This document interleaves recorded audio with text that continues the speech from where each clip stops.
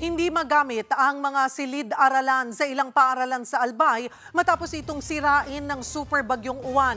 Apektado tuloy ang pag-aaral ng mga estudyante. Nasa frontline ng balitang yan si Mobile Journal, Arles de los Santos. Kulang-kulang na ang mga bubong. Putol-putol na ang pundasyon ng kisame. Nagkalat pa ang mga libro.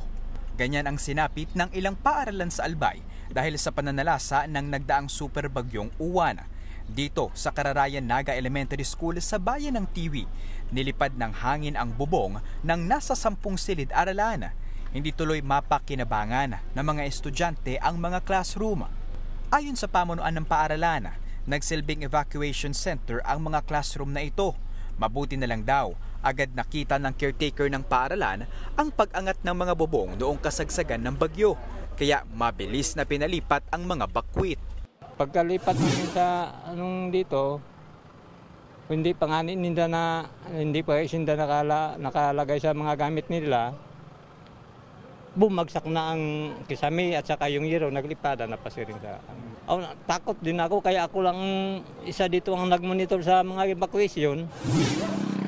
Sa ngayon, naka-modular learning ang mahigit 800 estudyante ng paaralan. Sa susunod na linggo pa raw inaasahang babalik sa normal ang klase. Kailangan daw nila ng tulong para maiayos muli ang paaralan.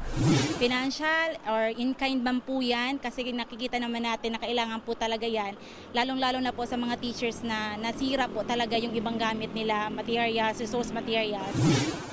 Hindi lang mga paaralan sa Albay ang nasira ng bagyo. Sa inisyal na tala ng Albay Provincial Agricultural Office, aabot sa 785 million pesos ang pinsala sa agrikultura. Malaking parte riyan ay galing sa rice sector.